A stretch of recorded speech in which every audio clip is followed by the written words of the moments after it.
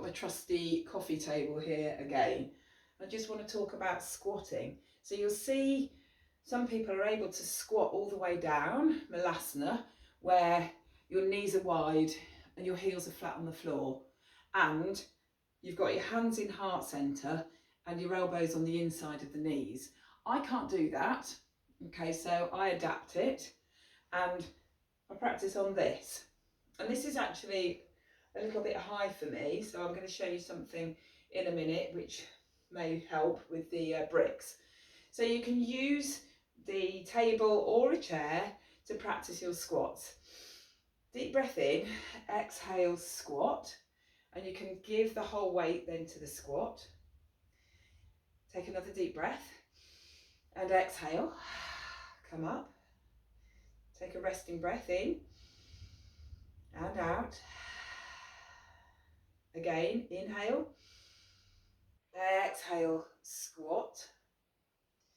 And these resting breaths I like to do because it just gives your body a chance to kind of absorb what you've done. And as you exhale, that is done on the exertion. Also, exhaling has a direct impact on your pelvic floor because your pelvic floor works in conjunction with this diaphragm here. So that's your pelvic diaphragm. That is your thoracic diaphragm. And as you exhale, both of them come up. So that is something to practice. And it may be that, yeah, you think, okay, I'm pretty sturdy here, and I'm not so challenged. So I'm going to move on to using a brick. So this is going to be here. Now, we talked about the sturdiness of bricks before, and that, I'm going to put these two together and see if my sit bones see if it'll accommodate my sit bones. Let's just move that out of the way. Okay, so I'm going to squat down.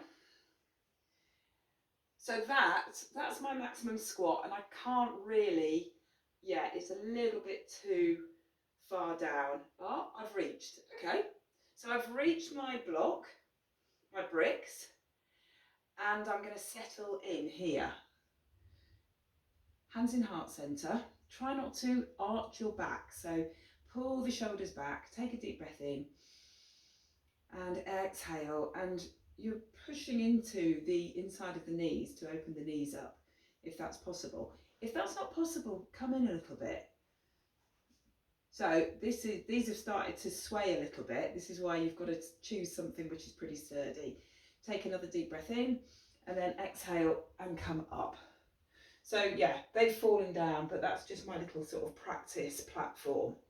Another thing which is really handy, and again, I don't expect you to go out and buy one of these, but this is a wedge.